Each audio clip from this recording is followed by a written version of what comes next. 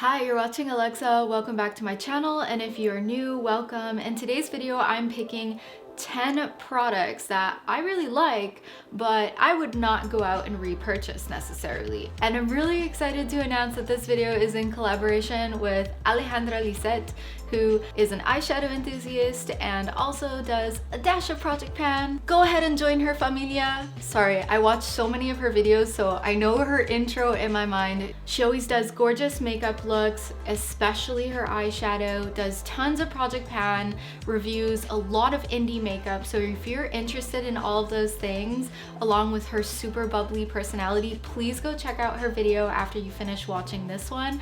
I will link her in the description box and in the cards. Let's get to it, shall we? The first item that I would not repurchase, but I've definitely enjoyed using it, would have to be the Stila Shimmer and Glow in any shade actually. And I do have another one in my drawer. This one has been in my Shop My Stash for quite a while in my everyday drawer, and it's actually dried out.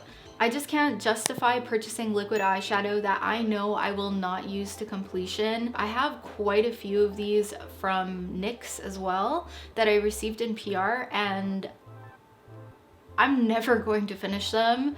I'll be really lucky if I get a few uses out of each one before they actually dry out. So it's a no from me, even though I really like the effect.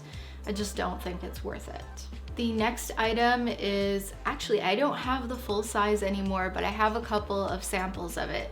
It's the Charlotte Tilbury Legendary Lashes Mascara. It's really nice. Like, it's so nice, and their mascaras are amazing, but drugstore mascara does the trick for me, honestly. When it comes to mascara, I think you can just grab one from Essence, CoverGirl, or Maybelline and get the same job done. So I just can't justify the price. Yeah, I'm very grateful to be a beauty blogger and to receive occasionally a few samples from Charlotte Tilbury, but I've not personally gone out and bought any of their cosmetics. So these are two products in the same category, but nonetheless, they are two products. The first will be the Makeup Forever HD Foundation Stick. Now, I am using this in my Partners in Cream, so I'm having to use it on a daily. I really loved this foundation in my foundation trials of last year when I did 12 days of foundation in December. Actually, the year before last year, it was 2019. But I don't love full coverage on myself anymore, if that makes any sense. Like, I like the longevity of the product. I like the way it looks on the skin. My skin has really changed over the years, and I tend to prefer something that's a little bit more luminous, even though I have oily skin, just because my skin is older. It gets drier more easily, especially in the winter time.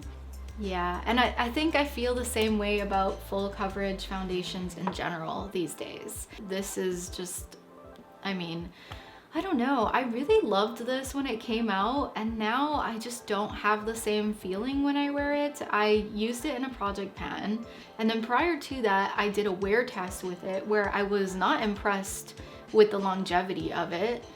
And I've just fallen out of love, and I feel like I could move on to something better. So I did love this. I don't know that I love it anymore. Yeah, so does that, I'm counting it in the 10 because it was actually hard for me to go through and see, what things do I love but would not repurchase? And yeah, this was a love, but we can fall out of love, right? So another complexion product, oh boy. So Tarte Shape Tape, right? Too thick. There you go, putting it out there. I only put a couple of dabs underneath my eye, and then I can, like, it goes a really long way. Like, it goes, it's too much. I need something that's more hydrating and lighter weight, but still conceals, and maybe it has aged over time. I suspect that might really be it, but I just feel like this is too heavy and not hydrating enough. When I finish this, there's no way I'm getting another one. I don't know if this is going to be controversial. I've not noticed a massive difference in using a setting spray with my makeup, especially when it's for longer wear. Maybe it's due to the lifestyle changes I've had because of the circumstances we are living in right now with lockdown. I'm not wearing makeup for as long of a time, but I've also never really noticed a substantial difference from setting sprays, apart from the fact that they tend to feel sticky when they're for longevity. So for that reason, I'm gonna go ahead and mention the Urban Decay All Nighter setting spray.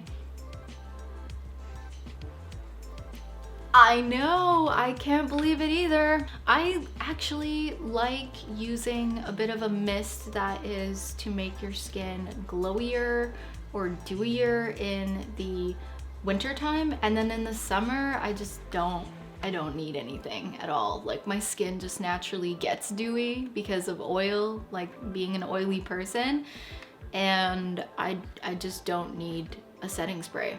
I set my face with powder and then I sweat through it and get dewy throughout the day in the summer. It's just not, I don't know. It's just an extra step that I've been doing because I have so many of them in my stash, but I don't see myself going to the pharmacy to go pick up more setting spray.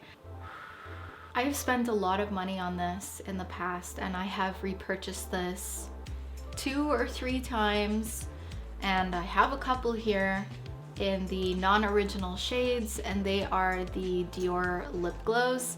I have the purplish one because they released one that was a bit lilac, and then I have the coral one, and of course I've used the classic pink. It keeps getting more and more expensive, and of course there's not that much product in here. It has 3.5 grams, and normally I'm not someone who can just use up a bunch of lip balm, but I go through these like they're nothing, and they're so expensive. I remember when they were like $32 or $33, and I think they're going at like 40 now. I don't know. Wait, let me check the price first before I... Ugh. $42 at Sephora for a lip balm that's tinted. That's so expensive. How is this $80 worth of lip balm? Like $84 worth of lip balm. And that's before tax. I know we get charged up the wazoo in Canada, but still, like, even the American price is probably just ridiculous. It's just, no, I can't justify buying that anymore, especially with the amount of lipstick that I have in my collection already, the amount of gloss. Any other lip product would do, and I can achieve a very similar look with other products, and it just makes no sense to me. I have no idea why. I love the lip glow, I really do, but no, I don't love losing $42. Like, this is so crazy. Ugh. I was on a no buy in 2020, and I'm continuing that no buy on to this year.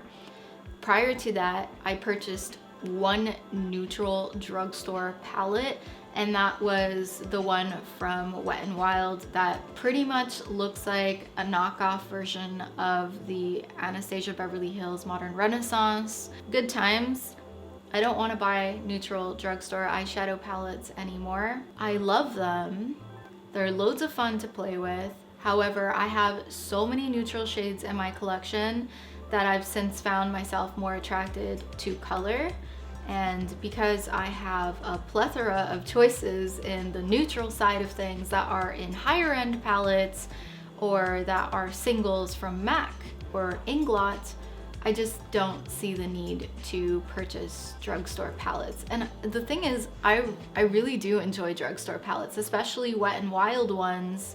And I really liked testing them out, but what I've found is that there are always duds in drugstore palettes, I've found, especially in colorful ones and also in the neutral ones as well. So it's just not in my plan to purchase any neutral drugstore eyeshadow palettes. A damp beauty blender gives me some of the most amazing foundation. Like, it makes my skin look so good. But I've since found that the ones from, sorry, I have it still in the packaging, the ones from AOA Studio that cost like $1.99 are pretty much the same. But make sure that you're getting the Papa Edition Wonder Blender, the super soft ones, and specifically in pink, because I've noticed that even the Beauty Blender actually, because I bought the black one and I've had the pink one, they all have a different texture. And I've noticed the same thing about these because I've bought a couple of different ones, and the pink one is the best one. It has nothing to do with color preference. The texture is actually different. They cost $1.99 versus what does a Beauty Blender cost right now? Like $27? That's just, especially because you have to replace them. That's so expensive. Like you could get a proper makeup brush for 26 bucks or 27 bucks. Whereas these are pretty much disposable after a couple of months. On the same topic of beauty tools, I have to add this brush from NARS, and just any brush that's over $40, unless you can really justify it. High-end makeup brushes that have natural hair. So expensive. And a lot of the time they shed.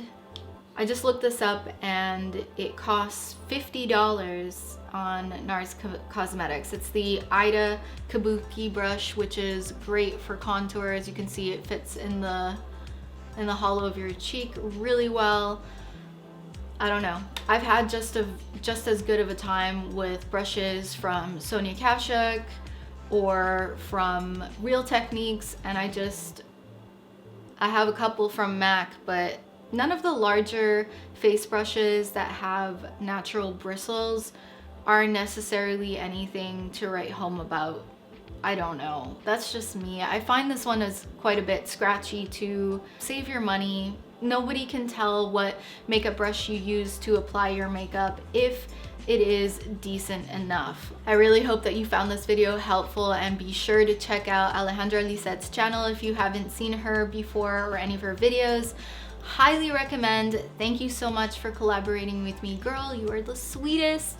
And I plan to see you guys all in one of my future videos, which will include a makeup inventory, a pan those eyeshadows, updates, and a few other things. All right, have a great one. Bye.